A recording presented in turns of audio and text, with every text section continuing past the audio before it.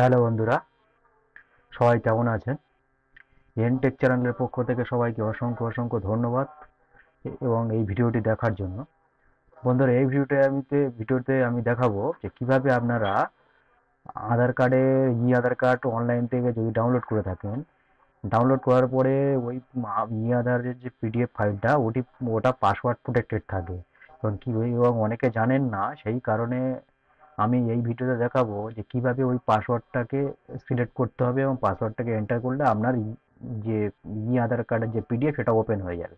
তাহলে চলুন, দেরি না করে চলুন চলে যাওয়া যাক। এর জন্য আমাকে ডিসপিসিতে যেতে হবে।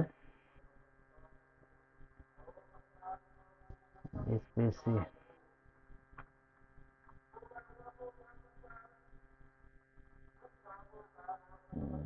ফাইল ম্যানেজারে গেলেই হয়ে যাবে। ফাইল ম্যানেজারে এসে এখানে ডকুমেন্টস ফাইলে দেখবো, এখানে আমার আধার ডাউনলোড করা আছে। এখানে আমি এই আধার এটাকে আমি শুধু জাস্ট ডবল ক্লিক করব। করার পর দেখবেন এখানে আমার দেখাবে, পাসওয়ার্ড প্রোটেক্টেড দেখাবে। এই পাসওয়ার্ডটাকে এন্টার করার জন্য আপনারা এন্টার করবেন? আপনারা পাসওয়ার্ড সম্পর্কে জানেন না, তাহলে পাসওয়ার্ডটা এন্টার করার জন্য আপনার সাপোজ আপনার নাম বাবু সোনা এবং আপনার ডেট অফ বার্থ 2000 সাল বা 2001 সাল।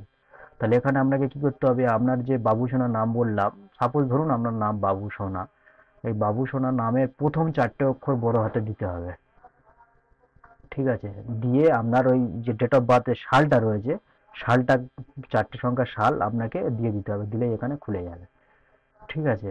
চলুন তাহলে আমার এই পিডিএফটা আমি ওপেন করে নিই আমার নামের প্রথম অক্ষর দিয়ে।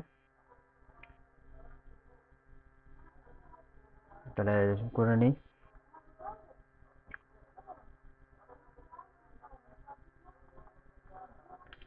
দিয়ে আমি 8টা সংখ্যার এখানে দিয়ে দিলাম, দিয়ে এখানে ওপেন করছি।